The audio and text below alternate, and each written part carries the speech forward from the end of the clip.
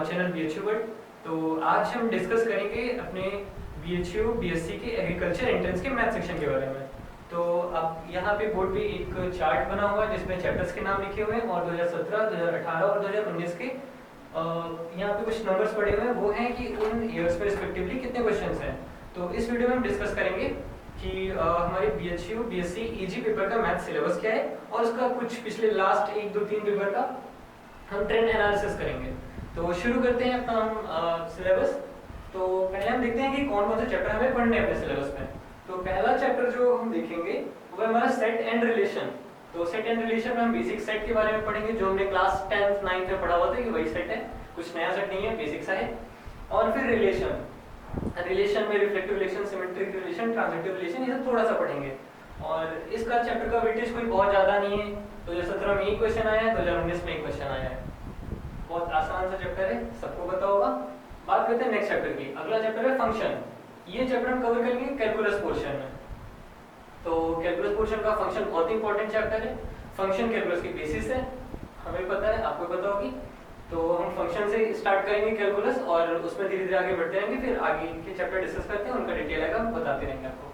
तो फंक्शन का वेटेज बहुत होता है। 2017 में पता नहीं क्यों एग्जामिनर ने फंक्शन की एक भी क्वेश्चन नहीं दिए, लेकिन 2018 और 2019 में आपको दिख रहा है कि फंक्शन का वेटेज क्या होगा, 3 क्वेश्चन आए हैं। तो हम नेक्स्ट ईयर भी एक्सपेक्ट करते हैं कि शायद 3 क्वेश्चन हमें देखने को फिर से मिल सकते हैं। अब बात करते हैं नेक्स्ट चैप्टर की, ट्रिगोनोमेट्री मतलब ट्रिग्नोमेट्री। ये ट्रिग्नोमेट्री, इनवर्स ट्रिग्नोमेट्री और बेसिक ट्रिग्नोमेट्री को इन्वॉल्व करके हमने लिखा हुआ है ट्रिगो। तो 2017 में 3 क्वेश्चन आए हैं, 2018 में 2 क्वेश्चन आए हैं, तो 2019 में 3 क्वेश्चन आए हैं। तो इसी के बेसिस पे हम आगे फिर उम्मीद कर सकते हैं 2020 में 2 या 3 क्वेश्चन आएंगे। फिर नेक्स्ट चैप्टर है मैट्रिक्स डिटर्मिनेंट। तो मैट्रिसेस और डिटर्मिनेंट को अगर एक यूनिट भी कंसीडर कर लें तो ऑन एन एवरेज 2 से 3 क्वेश्चन हर साल आए हैं। 2017 में 3 क्वेश्चन टोटल है, 2018 में 2 हैं, 2019 में 2 हैं। तो 2020 का भी एक्सपेक्टेशन कुछ ऐसा ही, 2 या 3 क्वेश्चन। फिर बात करते हैं नेक्स्ट चैप्टर क्वाड्रेटिक इक्वेशंस। ये भी काफी इंटरेस्टिंग चैप्टर है, अलजेब्रा का बहुत बेसिक चैप्टर है। हम लोग हाई स्कूल से पढ़ते हैं इसे, जिसका एप्लीकेशंस ग्रेजुएशन तक में या पोस्ट ग्रेजुएशन या PhD तक में भी है। तो क्वाड्रेटिक इक्वेशंस में 2017 में एक भी क्वेश्चन नहीं है, 2018 में एक क्वेश्चन है, 2019 में एक क्वेश्चन है।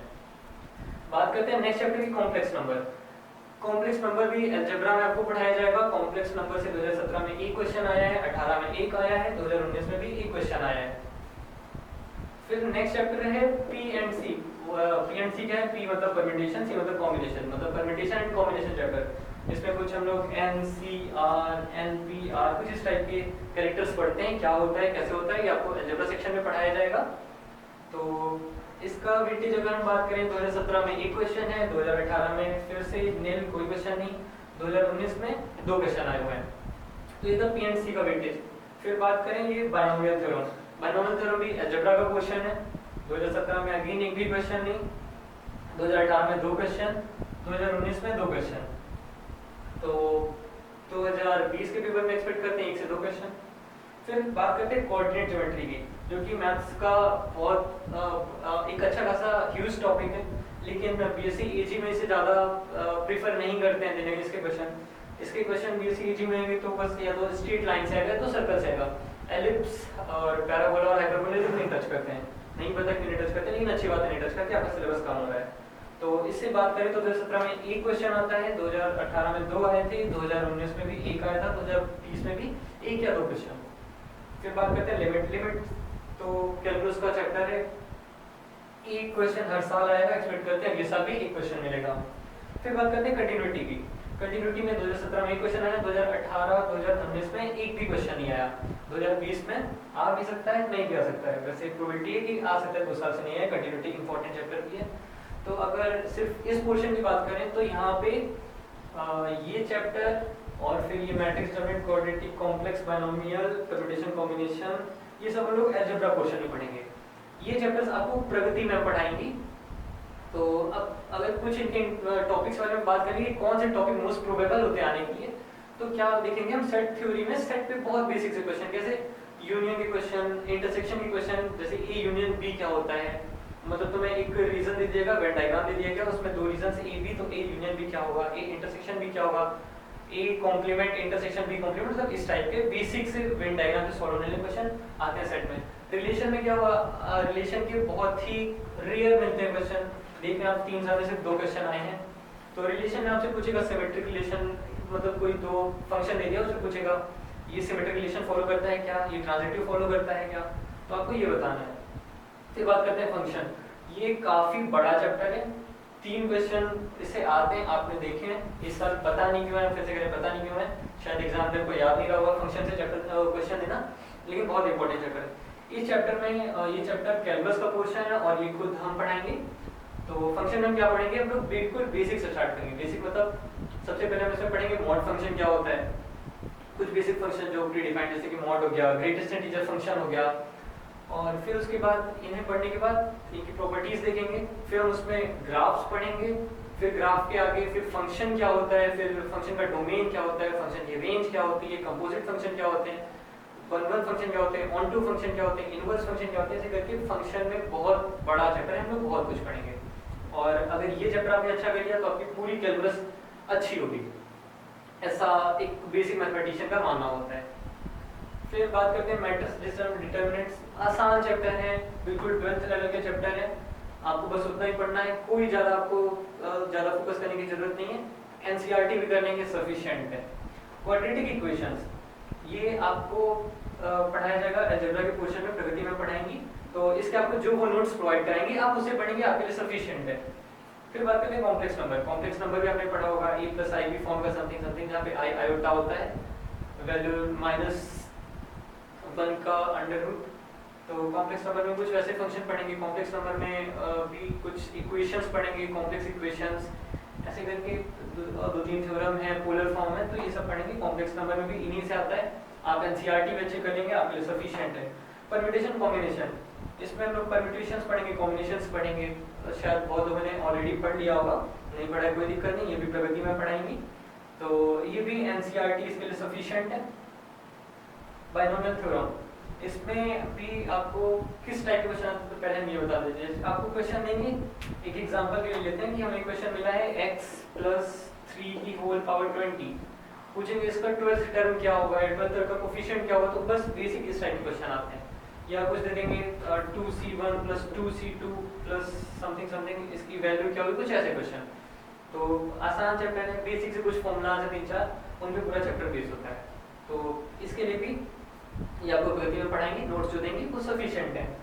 बात करते हैं कोऑर्डिनेट की, हमने पहले भी कहा बड़ा चैप्टर है, लेकिन इसका वेटेज एग्जाम में कम है, क्यों, क्योंकि ये सिर्फ यहाँ बीएससी एजी के एग्जाम में इसमें से सिर्फ स्ट्रेट लाइन के क्वेश्चन आते हैं और फिर सर्कल के क्वेश्चन आते हैं, एलिप्स, हाइपरबोला, पैराबोला इन्हें टच नहीं किया जाता है, तो आपके लिए सिलेबस काफी कम हो जाता है। ये चैप्टर को वैभव से पढ़ाएंगे, उन्होंने डिटेल में मतलब पढ़ाएंगे चैप्टर, और काफी बड़ा पोर्शन है इसका, अच्छे उन्होंने क्वेश्चन लगवाए हैं, लेकिन क्योंकि आपका सिलेबस शॉर्ट है तो इसमें आपको ज़्यादा स्ट्रेस करने की जरूरत नहीं है।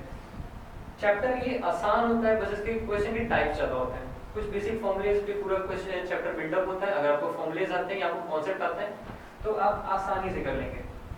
फिर बात करते हैं लिमिट की, लिमिट कैलकुलस का पोर्शन है, कंटिन्यूटी भी कैलकुलस का पोर्शन है, ये हमने आपको खुद पढ़ाया है, तो लिमिट कंटिन्यूटी के क्वेश्चंस जितना नोट्स में है उतना सफिशिएंट है एजी के पेपर के लिए, एजी के बेसिक पेपर के लिए, यहाँ तक कि जी मेंस के एग्जाम के लिए। तो इधर का एनालिसिस लमसम खत्म हो गया है, इधर देखते हैं पहला चैप्टर का डिफरेंशिएशन। डिफरेंशिएशन क्या होता है, हम लोग लिमिट कंटिन्यूटी से थोड़ा आगे बढ़ते हैं, फिर डिफरेंशिएशन आता है। डिफरेंशिएशन में हम लोग फंक्शन हमें कोई दिया होगा, पूछा होगा उसको इस पॉइंट पे डिफरेंशिएबल है कि नहीं है, डिफरेंशिएबल है तो उस पॉइंट पे डिफरेंशिएट करेंगे तो क्या वैल्यू आएगी, कैसे फंक्शन का डिफरेंशिएशन करते हैं, तो ये सब हम बेसिक डिफरेंशिएशन में पढ़ेंगे। तो डिफरेंशिएशन से क्वेश्चन कम आते हैं, देखा जाए 2017 में नहीं आया, 18 में नहीं आया, 19 में एक क्वेश्चन है, वो भी बिल्कुल बेसिक सा क्वेश्चन था। तो 3 साल में एक क्वेश्चन, वेटेज बहुत ही कम है, इसका पूरा वेटेज ना तो इस चैप्टर को जाता है। इस चैप्टर पे क्यों जाता है, क्योंकि इस चैप्टर जब हम कोई क्वेश्चन सॉल्व करते हैं तो पूरा डिफरेंशिएशन भी लगता है और कई और कॉन्सेप्ट भी लगते हैं, तो इस पे भी थोड़ा हमें देख के अच्छा नहीं लगा। 2018 में भी क्वेश्चन नहीं थे, 19 में भी सिर्फ एक क्वेश्चन आया, 2017 में तो तब भी ठीक है 2 क्वेश्चन थे। तो ये चैप्टर काफी कॉन्सेप्चुअल है, इंटरेस्टिंग चैप्टर है, बहुत अच्छा चैप्टर है, इसमें डिफरेंशिएशन का पूरा यूज होगा और सॉल्व करेंगे पीओडी। उसमें क्या क्या हमें पढ़ना है, तो उसमें हम पढ़ेंगे पहले नॉर्मल क्या होता है, टेंजेंट क्या होता है, फिर अप्रोक्सीमेशन पढ़ेंगे हम लोग, फिर मैक्सिमम मिनिमम पढ़ेंगे, इंक्रीजिंग डिक्रीजिंग फंक्शन पढ़ेंगे कुछ, फिर मीन वैल्यू थ्योरम है जैसे कि रोलीज थ्योरम, जिसे फंडामेंटल थ्योरम ऑफ कैलकुलस भी कहते हैं, और मीन वैल्यू थ्योरम हो गई, इंटरमीडिएट वैल्यू थ्योरम हो गई, ये सब हम ईओडी में पढ़ेंगे। तो ईओडी में देख लिया हमने क्वेश्चन, 17 में 2 क्वेश्चन आए, 18 में एक भी नहीं, 19 में 1 क्वेश्चन। नेक्स्ट चैप्टर की बात करते हैं इंटीग्रल। इंटीग्रल में 2 टाइप हैं, डेफिनिट, इनडेफिनिट, हमने दोनों को एक में कर दिया हुआ है। तो अगर हम एक ऑन एन एवरेज देखें, अगर 2 क्वेश्चन आते हैं तो वो एक डेफिनेट का होगा, एक इंडेफिनिट का होगा। अगर 3 क्वेश्चन आते हैं तो एक इंडेफिनिट का होगा, 2 इंडेफिनिट का होगा। मतलब इंडेफिनिट ज़्यादा प्रेफर किया जाता है। क्यों? उसका रीज़न ये होता है कि आपका जो एग्ज़ाम होता है काफ़ी शॉर्ट ड्यूरेशन का होता है। तो इनडेफिनिट जो होते हैं क्वेश्चन देखें ना तो काफ़ी लंबे होते हैं, लेकिन डेफिनेट में कुछ ऐसी प्रॉपर्टीज अप्लाई होती है जिनकी वजह से वो शॉर्ट हो जाते हैं। तो इनडेफिनेट पेपर में आने की प्रोबेबिलिटी काफ़ी ज़्यादा होती है।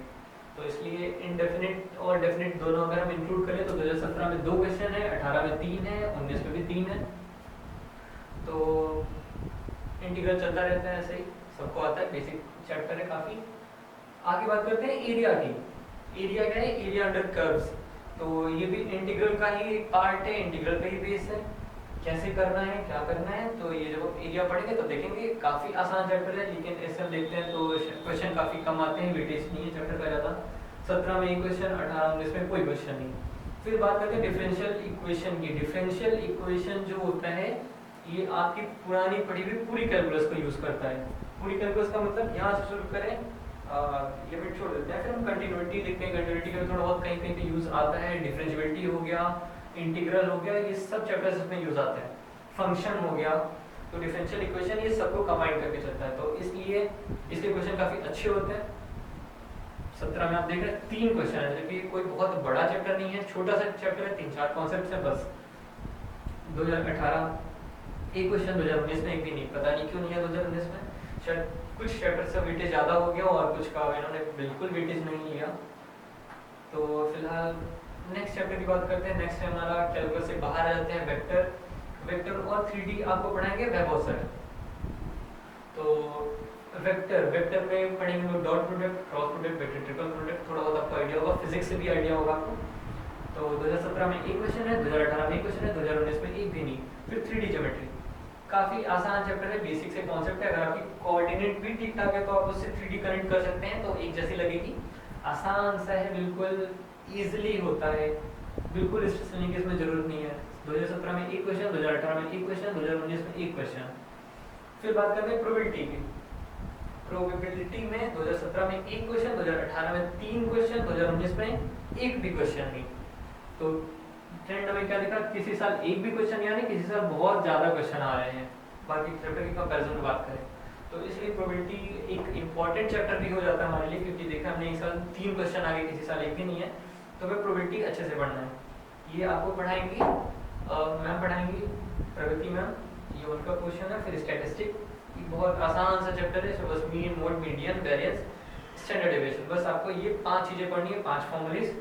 और उन पे जिस साल आपको क्वेश्चन आएगा तो आपको समझिए क्वेश्चन आपको फ्री का मिलता है, 2 नंबर 3 नंबर जितना भी क्वेश्चन का मिलता है आपको फ्री में मिलता है। फिर बात करते हैं स्टैटिस्टिक्स की। 2018 में एक क्वेश्चन है, 2017 में भी एक है, 2019 में नहीं आया क्वेश्चन, अगेन एक बार। प्रॉपर्टीज ऑफ ट्रायंगल बहुत रेयर होता है इसका क्वेश्चन मिल जाना। 2019 में एक आ गया था, लेकिन 2017 और 18 में इसका क्वेश्चन नहीं आया। इसमें ट्रायंगल की बहुत बेसिक प्रॉपर्टीज पढ़ी जाएंगी जो थोड़ी बहुत ट्रिग्नोमेट्री से रिलेट करेंगे। फिर सीक्वेंस सीरीज में लोग ईपी जीपी पढ़ते हैं और कुछ और अलग सी सीरीज या एचपी हो गया। तो इसका हर साल कॉन्स्टेंटली एक क्वेश्चन आ रहा है, उम्मीद करते हैं 2020 में भी एक क्वेश्चन होगा। तो इस तरह से हमारा पूरा एनालिसिस खत्म होता है। अब अगर कुछ इसमें बात करें कुछ बेसिक की कैसे करना है, क्या करना है, तो अगर चैप्टर्स डिवाइड कर लें तो हमने एक बार पहले आपको बताया, फिर से बताते हैं कि सेट एंड रिलेशन ये आपको प्रगति में पढ़ाएंगी, फंक्शन ये आपको वहाँ पढ़ाएंगे कैलकुलस में, ट्रिग्नोमेट्री आपको प्रगति में पढ़ाएंगे, matrix, determinant, quadratic equation, complex number, permutation, combination, binomial theorem, ये सब आपको प्रगति में पढ़ाएंगी।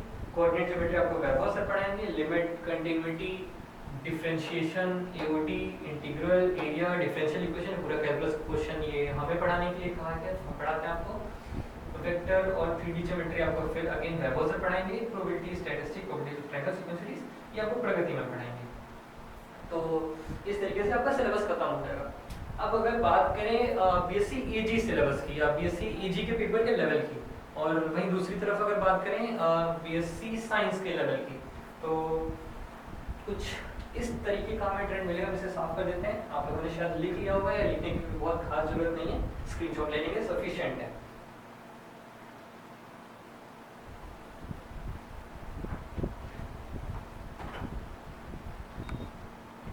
अब अगर बात करते हैं हम पेपर की, तो बीएससी ईजी और बीएससी साइंस दो अलग अलग पेपर होते हैं।